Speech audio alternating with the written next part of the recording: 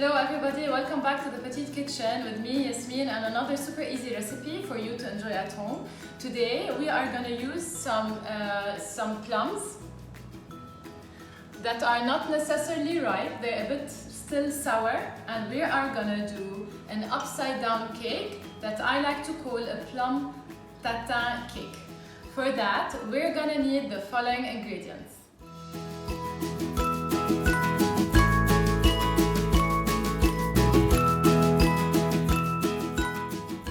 So for this recipe, we're gonna need an 8-inch cake tin that can go on the stove top and into the oven, because we're gonna use it to caramelize the plums into a nice and delicious butter and sugar caramel. So I'm just gonna put my butter and I'm gonna put my sugar in here. So I've reduced the heat just a bit and the butter is frothy, the sugar has melted. I'm gonna add my fruits, the skin side down, gently because it is super hot. So I'm just gonna try to squeeze as many as I can inside and then wait until they caramelize and they turn into a nice, rich golden caramel color.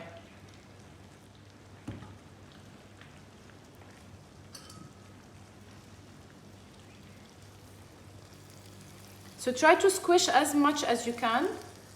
Try to squish them inside because they will shrink after cooking.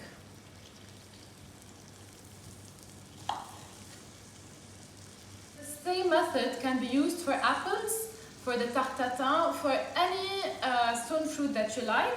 Just have the same ratio of butter to sugar and proceed with the same way. Just gonna leave this here to bubble up and turn into a nice golden amber color. Don't forget to carefully rotate the pan every now and then to make sure that it cooks equally on all of the sides.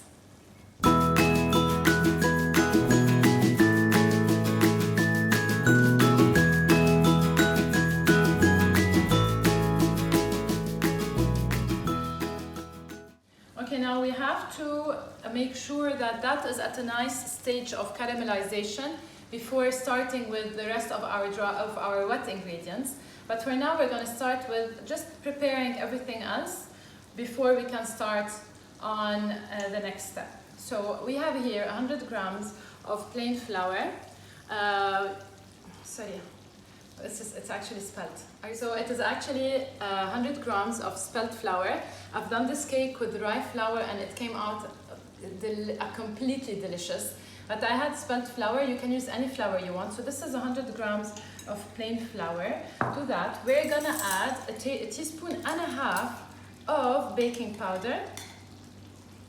So this is the half, and this is a teaspoon. And then we're gonna add a quarter of a teaspoon of salt, ideally fine salt. And that will just balance the flavors. It's gonna taste absolutely delicious. And I like to add pumpkin pie spice mix, and I love to use the one by Malvika, my friend. It smells so delicious. So I'm gonna add this here, and oh, it smells so good. Karma, do you want to smell it? Yes. Karma is my videographer. Yum. Yeah, it smells absolutely delicious. So I'm just gonna give this a quick whisk.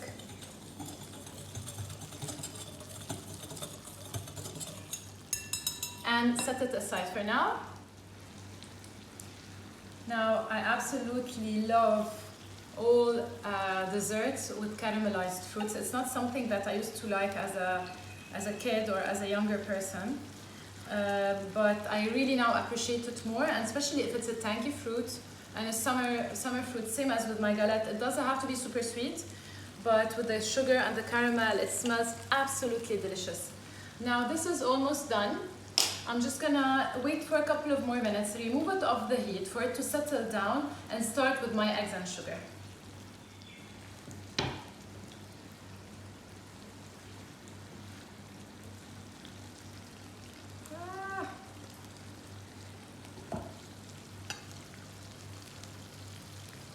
So now this is waiting here to settle because we cannot put the batter on a boiling caramel, it just won't work. I'm going to start with my eggs. I put a drop of like a squirt of vanilla essence. I have my 2 eggs here, 2 large eggs, and I'm going to add to that, just let me double, 150 grams of sugar, and we're going to whip them with either a handheld mixing machine, whisk, or with a whisk attachment until they triple in volume and we reach the ribbon stage, which is when you try to draw an 8 with the batter, it just flows like a ribbon. Okay,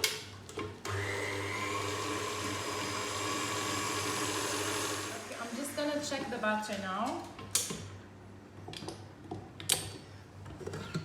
So look at that. So I think it still needs a tiny bit, but it's really beautiful. It's pale, it's fluffy, it's light, and it's almost at the ribbon stage. I'm just gonna whisk it a tiny bit longer. Okay, so I think we are ready. Look at that. Look at that beautiful mixture. So light and fluffy. We can definitely write an 8 with our whisk. So I'm just gonna add to that. I'm just gonna put this away. Okay.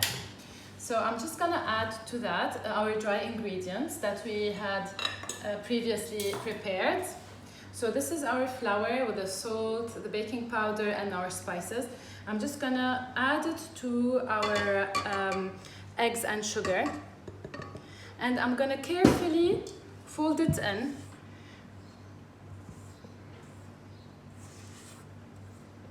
Trying not to deflate the batter. And to that, I'm gonna add the 150 grams of melted butter. So that is our beautiful golden magic butter. I'm just gonna add it.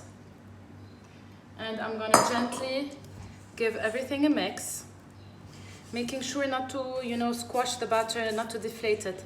But at the same time, we have to make sure that everything is nicely combined. And I'm just gonna gently pour it over our beautiful fruits.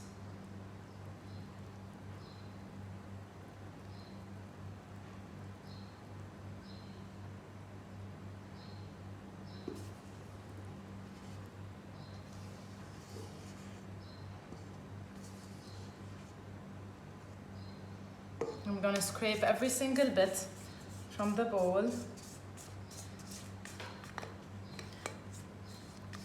So the oven has been preheated at 180, and that's gonna bake for around 25 to 30 minutes. And that is it. See you later. Hey guys, welcome back. So I just removed the beautiful cake from the oven. Look at that.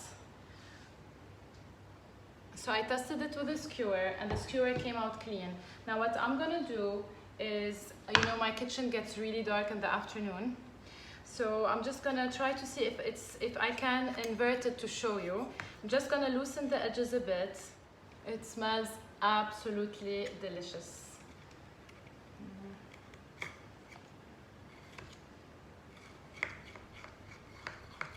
Now I am fasting, but that bit right here would have been ideal to try. Okay, so I'm just gonna invert it on my serving dish. So that's gonna be a bit tricky because it has a lot of caramel and it's still very hot, so I'm gonna try. Okay, I'm gonna try. Okay, we can see the caramel oozing.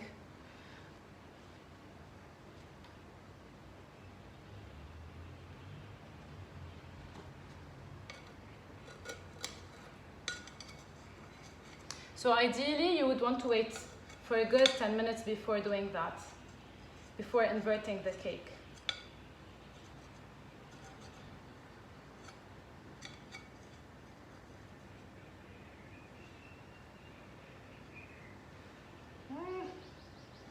Wow, look at that, guys. So look at that beauty. and it smells divine. Thank you for watching.